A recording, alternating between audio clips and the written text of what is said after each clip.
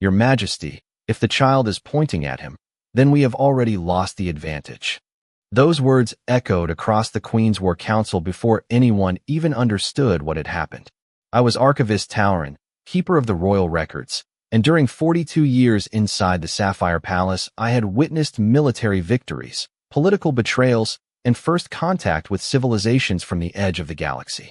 Nothing compared to the silence that settled over the chamber when Princess Lyra suddenly stopped walking, raised one tiny hand toward a quiet human standing near the entrance, and whispered with complete certainty, "Mom, that is him." Every conversation ended instantly. Dozens of commanders turned toward the stranger as though the air itself had become heavier. Queen Seraphis remained perfectly still upon her crystal throne, her expression calm, yet I noticed something no one else did. Her fingers tightened ever so slightly around the armrest. She recognized the fear spreading through the room long before anyone spoke. The human looked completely ordinary. He appeared to be in his early 30s, with white skin, short brown hair, simple dark clothing, and the relaxed posture of someone who had wandered into the wrong building by accident. There were no medals, no ceremonial uniform, no visible weapon, and no royal escort. If I had passed him on a crowded street outside the palace, I would have forgotten his face within minutes. Yet Princess Lyra never took her eyes off him.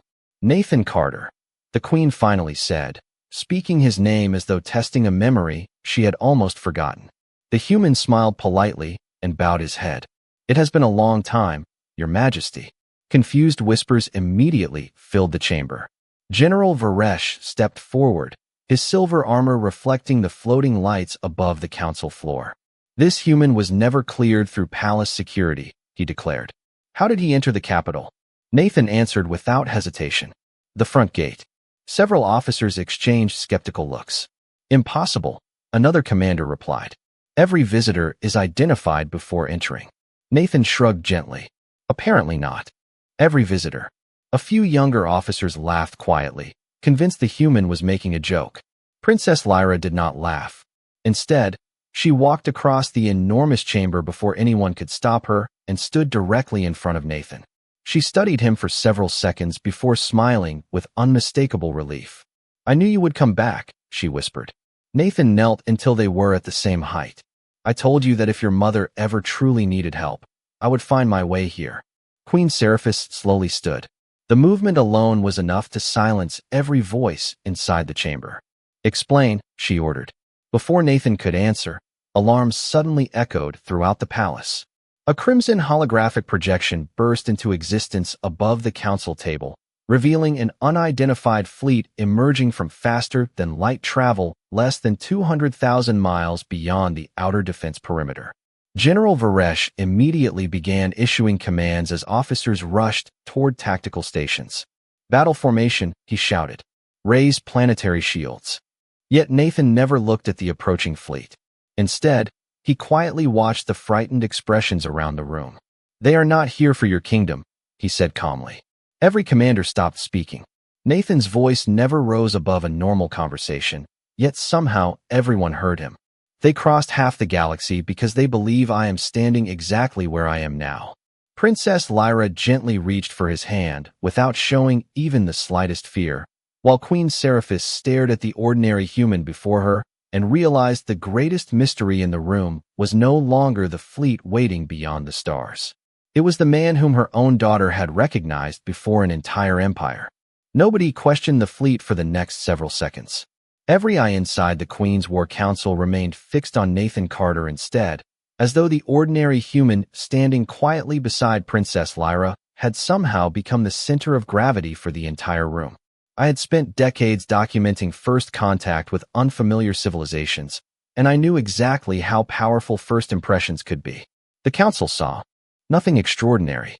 They saw a lone human with white skin, plain clothing, and no visible authority. Their instincts immediately reached the same conclusion. He could not possibly deserve the attention he was receiving.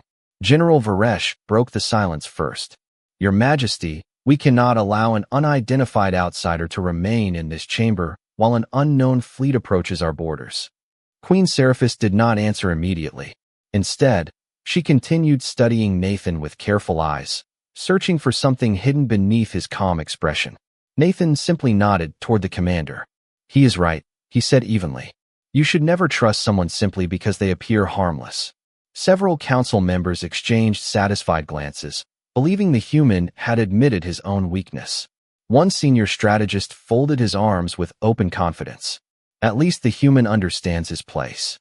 Nathan smiled politely, but offered no reply. Princess Lyra looked from the strategist to Nathan before tilting her head in confusion. You are smiling again, she whispered. That usually means someone is about to make a mistake. The innocent observation echoed across the chamber with surprising weight. A few officers chuckled softly, dismissing the words as childish imagination. Nathan simply looked at the young princess. You have been paying attention. General Varesh stepped closer until only a few feet separated him from the human. If that fleet truly crossed the galaxy because of you, prove it. Nathan glanced toward the enormous tactical projection floating above the council floor. Hundreds of small symbols represented defensive stations, patrol squadrons, and the approaching formation beyond the outer perimeter. They will not attack immediately, Nathan said calmly. Their lead ships are slowing down. One communications officer immediately checked the latest sensor feed before shaking his head. Negative. Their speed remains constant. Nathan looked at him with the same relaxed expression. Wait 10 seconds. The room fell quiet once more. 5 seconds passed. Then 8. Before the 10th second ended, the tactical display automatically refreshed. Gasps spread through the chamber as the lead elements of the mysterious fleet reduced speed almost simultaneously. General Varesh narrowed his eyes. Lucky prediction. Nathan shrugged. Perhaps. The commander refused to retreat. Then make another. Nathan studied the display for only a brief moment. Their flagship will transmit before entering weapons range. The communications station remained silent. Another officer smirked confidently. There is nothing. Nathan patiently folded his hands behind his back.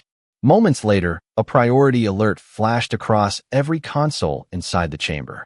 An encrypted transmission had arrived from the unidentified flagship exactly as Nathan predicted. Even the skeptical officers stopped smiling.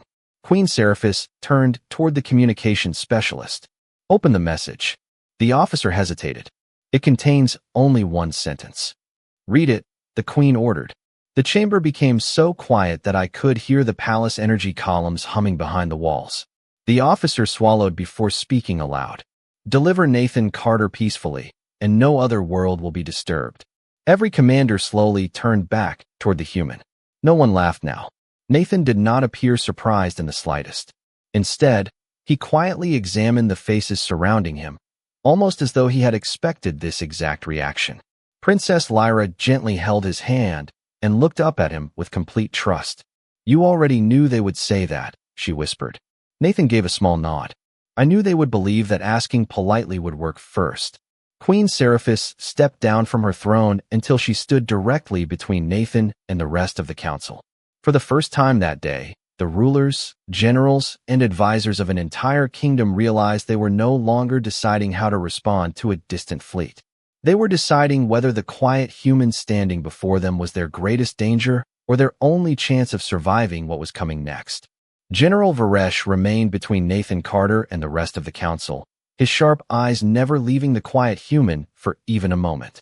The transmission from the unknown fleet still hovered above the council chamber like an invisible weight. Yet Nathan stood with the same relaxed posture that had unsettled everyone from the moment he arrived. I had recorded countless military councils, and I recognized the pattern unfolding before us.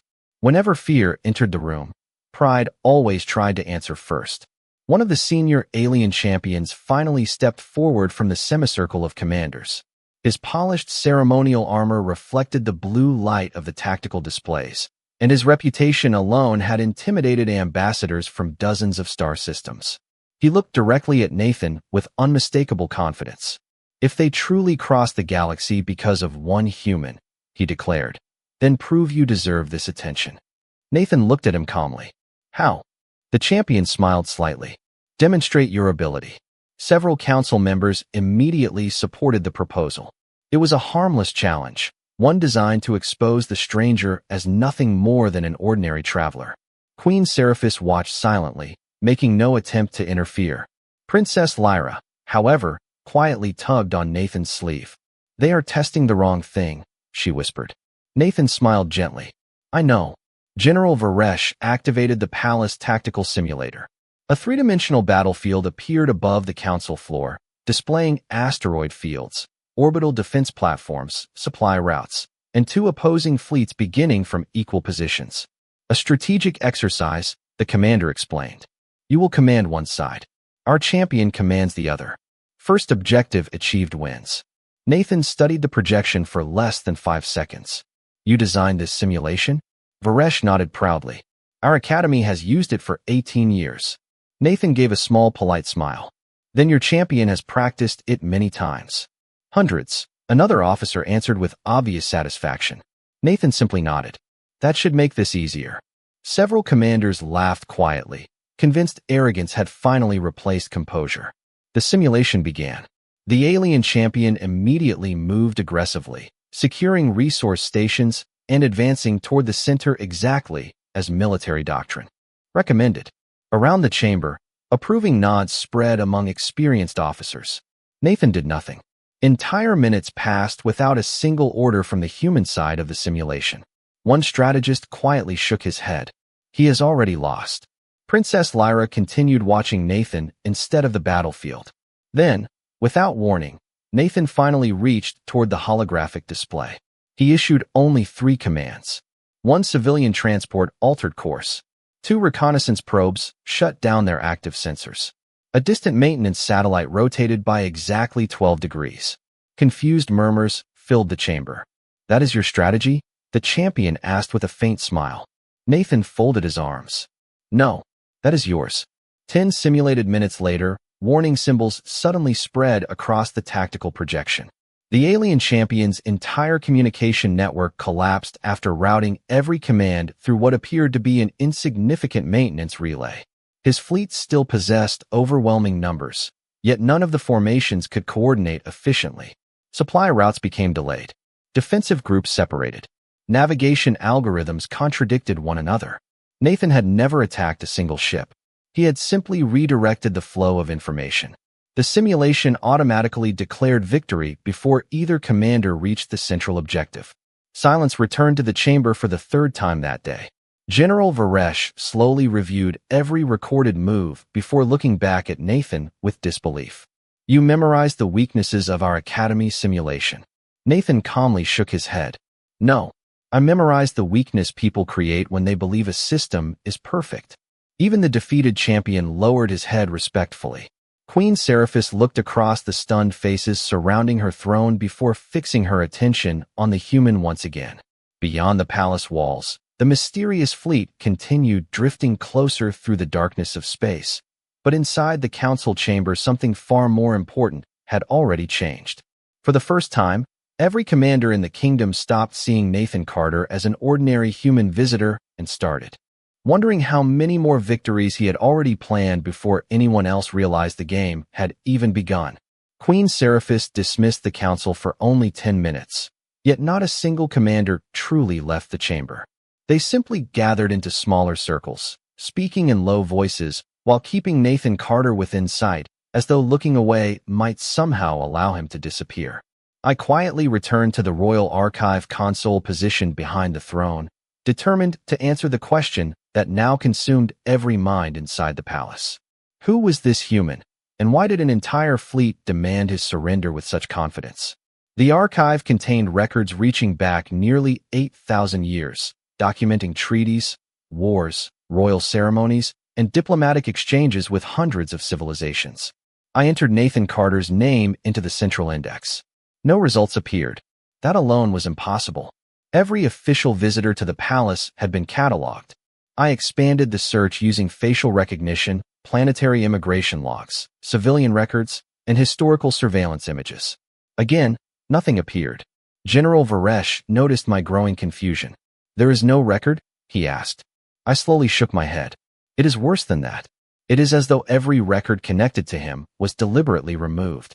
Nathan overheard the conversation, but remained completely calm. Princess Lyra continued standing beside him, occasionally asking simple questions that he answered with patient kindness while the greatest military leaders in the kingdom struggled to understand his existence. Queen Seraphis approached the archive console herself.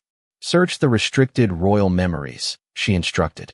Only the monarch possessed authority to unlock that section of the historical database. Ancient files hidden for generations suddenly became available. Thousands of forgotten reports filled the display. Most concerned diplomatic emergencies that had never reached the public. One faded image immediately caught my attention. It showed a much younger Queen Seraphis standing inside an emergency shelter nearly 12 years earlier after a solar storm disrupted communications across the capital. Beside her stood a human wearing simple travel clothing remarkably similar to Nathan's. I enlarged the image. The facial match reached 100%. General Varesh stared at the projection in disbelief. He has not aged. Another image surfaced from 9 years earlier. Then another from 6 years before that. In every photograph, Nathan looked exactly the same. The clothing changed slightly, but his face remained untouched by time. Queen Seraphis quietly touched the edge of the hologram. I remember this day now, she whispered. The archives said the advisor who helped evacuate the children left before anyone learned his name. Nathan offered a gentle smile. There were more important people to remember. Before anyone could respond, another forgotten recording opened automatically.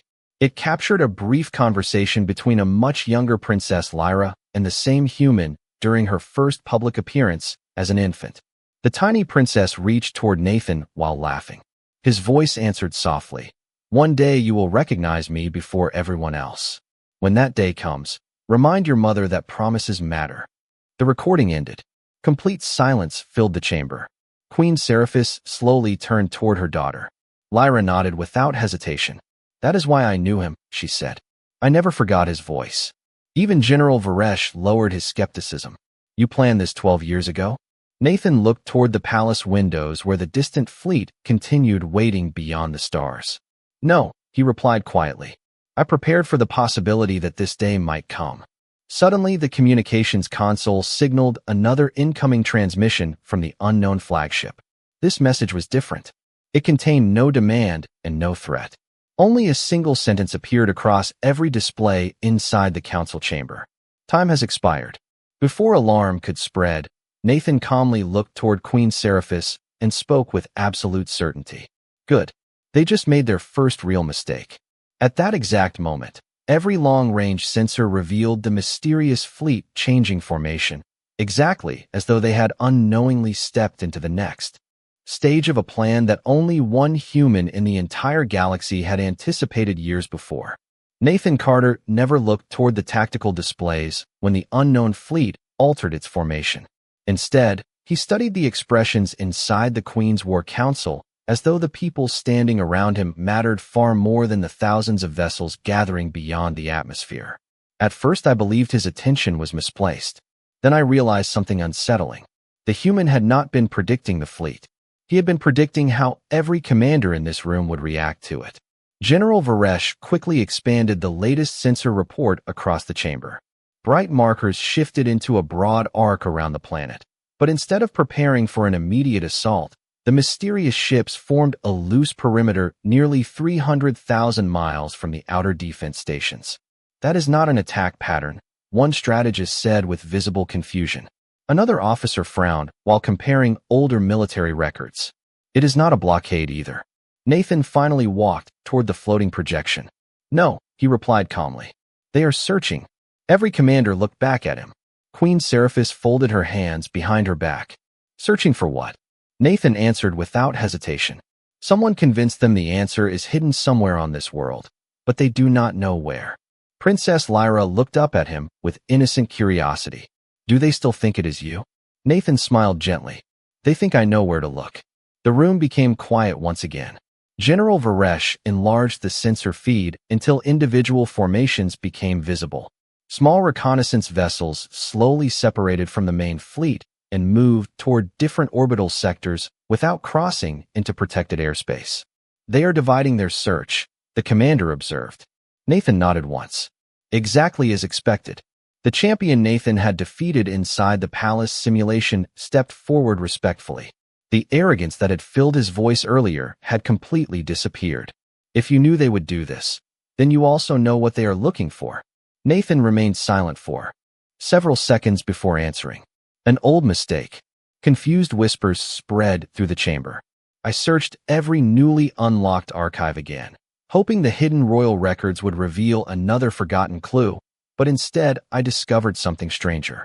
12 years ago, immediately after Nathan disappeared from every official report, dozens of unrelated files had been sealed under emergency authority.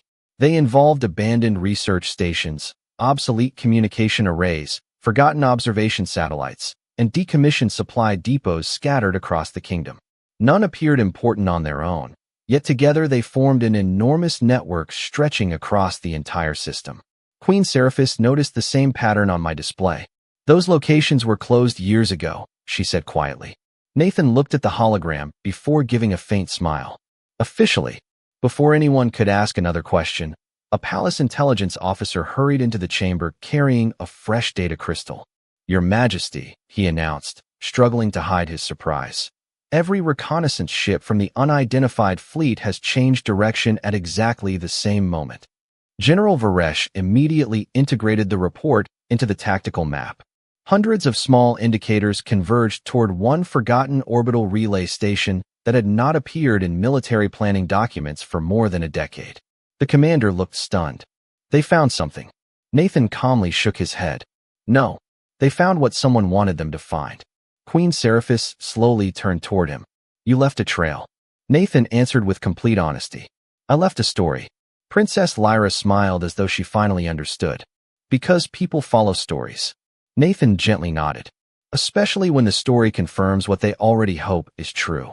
At that exact moment, another sensor alert echoed through the council chamber.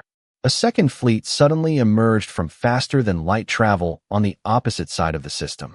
Unlike the first formation, these ships did not move toward the planet at all. They positioned themselves directly between the searching fleet and the royal world, forcing every commander to realize the crisis had just become far larger than anyone except Nathan Carter had anticipated. Nobody inside the Queen's War Council celebrated the arrival of the Second Fleet because no one except Nathan Carter seemed to understand why it had appeared. Every tactical display tracked two enormous formations separated by only a few thousand miles. Yet instead of closing toward one another, both fleets remained perfectly still. It was the kind of silence that experienced commanders feared most. I watched General Varesh compare sensor readings again and again, hoping the instruments had made a mistake. They had not. The newly arrived fleet had deliberately positioned itself between the royal world and the first formation, creating an invisible barrier that no military textbook could explain. Queen Seraphis slowly turned toward Nathan. You expected another fleet, she said quietly. Nathan nodded once. I expected someone to arrive before the first group made its final move. The Queen studied him carefully. Are they allies? Nathan looked toward the stars beyond the towering palace windows. Not exactly. Princess Lyra frowned in confusion. Then why are they helping us? Nathan smiled gently. Because today they are protecting the same thing. Before anyone could ask another question, the communications array detected an encrypted signal traveling between the two fleets. General Varesh immediately attempted to decode it, but the transmission dissolved into meaningless static. Nathan did not even look at the display. Do not waste your time, he said calmly. That message was never meant to be hidden. It was meant to make you believe it was important. Several officers exchanged uncertain glances. The human continued before anyone interrupted him. The real conversation is happening somewhere else. I searched every active sensor feed available through the Royal Archive. At first I found nothing unusual. Then an overlooked civilian satellite reported a faint energy fluctuation almost 100,000 miles above the northern hemisphere. It was so weak that every military scanner had automatically ignored it. There, I said instinctively. Nathan looked toward me and gave a small approving nod. Exactly. General Varesh immediately enlarged the location. A tiny transport vessel drifted almost motionless against the shadow of a forgotten orbital relay, using reflected energy from the nearby station to hide itself from conventional detection. The commander stared at the image in disbelief. It slipped past both fleets. Nathan calmly folded his arms. That was always its job. Queen Seraphis stepped closer to the projection. Who is aboard? Nathan answered with complete certainty. Someone carrying the only information either fleet actually needs. The council chamber immediately filled with urgent discussion. Several commanders requested permission to launch interceptors, while others argued for strengthening the palace defenses. Nathan quietly waited until every voice settled before speaking again. If you send ships now, everyone loses. General Varesh looked directly at him. Then tell us what to do. Nathan pointed toward the transport instead of either fleet. Do nothing for exactly 4 minutes. The commander hesitated. That is your strategy? Nathan nodded. Watch what happens when everyone believes they have gone unnoticed. The room fell silent once more as the countdown began. 1 minute passed. Then 2. At exactly 3 minutes and 48 seconds, the hidden transport suddenly changed direction. Instead of flying toward the palace or escaping into deep space, it accelerated directly toward the first fleet. Almost immediately, the second fleet altered course to intercept it, abandoning its carefully prepared defensive position. General Varesh looked at Nathan with astonishment. They revealed themselves. Nathan gave a faint smile. Because they could not resist chasing certainty. Queen Seraphis finally understood. Neither fleet had come to conquer her kingdom. Both had been waiting for someone else to make the first mistake, and Nathan had quietly allowed that moment to arrive without moving a single ship. As every tactical display updated with the rapidly changing formations beyond the planet, I realized the human had once again defeated opponents who possessed overwhelming numbers, not through force, but by understanding that the strongest advantage in the galaxy belonged to the person who remained patient while everyone else hurried to be first. Queen Seraphis watched the tactical display for only a moment before making the decision that would redefine her reign. Every commander still focused on the shifting fleets beyond the atmosphere, but she slowly turned away from the projection and faced Nathan Carter instead. I have one question, she said with complete composure. If I trust you completely from this moment forward, how many lives can be spared? Nathan did not answer immediately. He looked toward Princess Lyra, who was quietly watching both of them with the calm confidence that had never left her since recognizing him.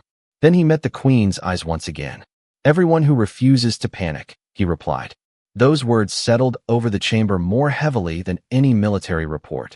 General Varesh lowered his gaze for a brief moment before speaking.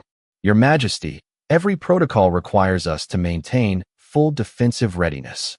Queen Seraphis nodded. We will maintain readiness. She then looked directly at Nathan. But from this moment, our decisions will not be driven by fear. I realized I was witnessing something far greater than a military council. The Queen was choosing whether to trust centuries of established doctrine or a single human whose predictions had been correct every time. Nathan stepped toward the enormous holographic map, studying the latest movements with quiet concentration. The first fleet continued redirecting its formations toward the hidden transport, while the second fleet adjusted to intercept from another angle. Neither group paid the slightest attention to the royal capital anymore. They are narrowing their own options, Nathan observed. General Varesh enlarged the orbital display. Explain. Nathan traced 2 converging routes with one finger across the hologram. Each commander believes speed will secure victory. They are compressing their formations to arrive first. One younger strategist looked puzzled. Is that not the logical decision? Nathan smiled faintly. Only if arriving first is the objective. Princess Lyra quietly asked. It is not. Nathan shook his head. No. Understanding why someone is moving matters more than reaching them. Before anyone could respond, another palace analyst rushed into the chamber carrying fresh sensor data. Your Majesty, the transport has altered course again. General Varesh immediately displayed the new trajectory. Instead of continuing toward either fleet, the small vessel accelerated toward an ancient orbital navigation beacon that had not transmitted in decades. Nathan nodded almost imperceptibly. Right on schedule. The commander looked at him in disbelief. You expected another change? Nathan calmly answered. The person aboard knows they are being followed. They are forcing both fleets to reveal how much they are willing to risk. Queen Seraphis folded her hands thoughtfully.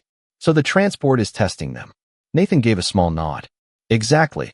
Suddenly, every tactical display flashed simultaneously. Both fleets abandoned their careful spacing and committed fully toward the same destination. General Varesh stared at the rapidly updating projections. They are ignoring each other now. Nathan quietly replied, because certainty is more valuable to them than caution. I searched the archive once more, comparing the orbital beacon with forgotten royal records. A faded maintenance log finally appeared, carrying an authorization code signed 12 years earlier. The signature belonged not to the Queen, nor to any admiral, but to an unnamed civilian advisor whose identity had been permanently classified. The timestamp matched the day Nathan had vanished from every official document. I looked toward him with growing astonishment. He noticed my expression and simply smiled. Some preparations only become useful if everyone forgets they exist. Queen Seraphis understood immediately. You never disappeared, she whispered. You stepped out of history on purpose. Nathan offered no denial. Princess Lyra slipped her small hand into his once again. I told them you always come back, she said proudly. Nathan looked down at her with genuine warmth. Only when someone remembers where to look. Beyond the palace walls, the distant fleets continued racing toward a destination they believed would finally answer every question they had carried across the galaxy. Inside the council chamber, however, every commander slowly realized the greatest advantage had never been hidden inside a forgotten station or an ancient beacon. It had been standing quietly beside them all along, allowing everyone else to chase the wrong mystery, while the human calmly guided the future exactly where he intended it to go. The first sign that everything had changed was not visible on any tactical display. It appeared on the faces of the commanders surrounding Queen Seraphis. Their confidence had disappeared, replaced by something I had never expected to witness inside the Royal War Council. They had stopped trying to predict Nathan Carter and had begun waiting for him to explain what they were seeing. As keeper of the Royal Archives, I had documented generations of military leaders, and every great commander shared one dangerous habit. They believed knowledge belonged to those with the highest rank. Nathan quietly proved the opposite. Understanding belonged to the person willing to observe what everyone else ignored. General Varesh enlarged the latest orbital reports across the chamber. The two rival fleets had completely abandoned their previous formations.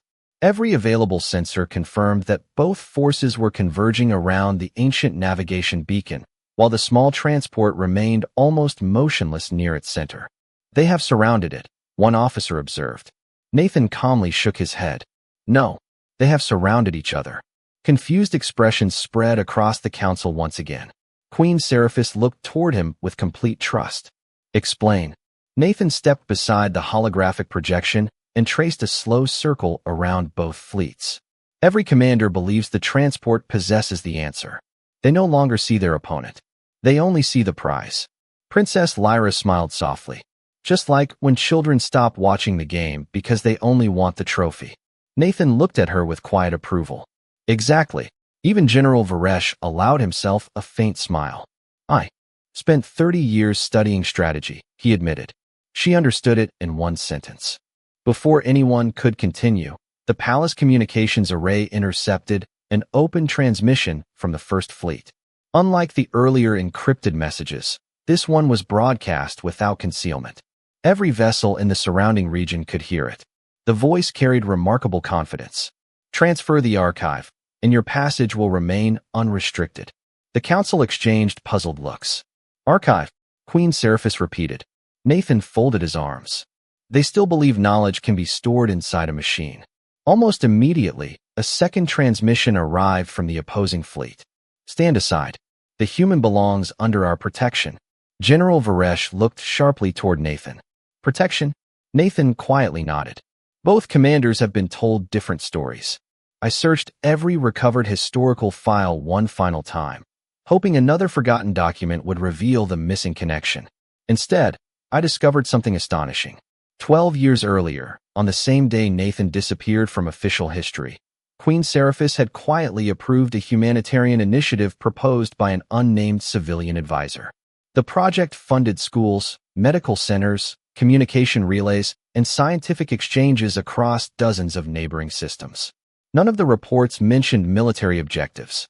Yet every civilization now standing together around the royal kingdom had benefited from those efforts. I slowly looked up from the archive console. Nathan noticed immediately. You found the real record. Queen Seraphis approached the display, reading the old authorization herself. Her expression softened. "You never built a weapon," she whispered. Nathan answered gently. "Weapons create temporary victories. Trust creates allies who arrive before you ask for help." As though the universe itself had chosen that exact moment to confirm his words, long-range sensors detected dozens of additional ships entering the system from different directions. None belonged to either rival fleet. They carried the peaceful insignias of worlds that had once accepted the Queen's humanitarian partnership. General Varesh stared in amazement. They came without being summoned. Nathan smiled quietly. People remember who stood beside them when there was nothing to gain. The commanders inside the chamber finally understood why Nathan had never seemed interested in winning a battle. He had spent years ensuring there would be one less battle to fight. Outside, the rival fleets suddenly found themselves surrounded not by enemies, but by independent civilizations refusing to let fear decide the future.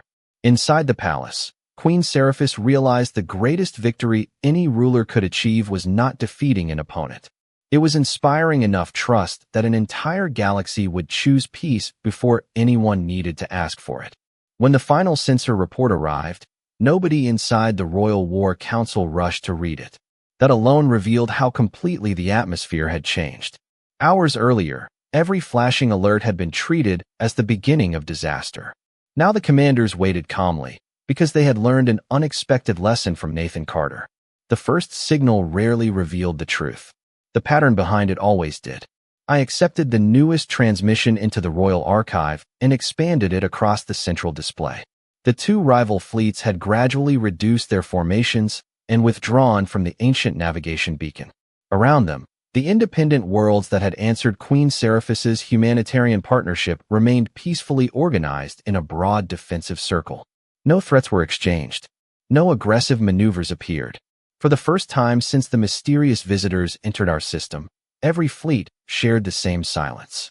General Varesh slowly released a breath he had unknowingly been holding. "They are leaving," he said quietly.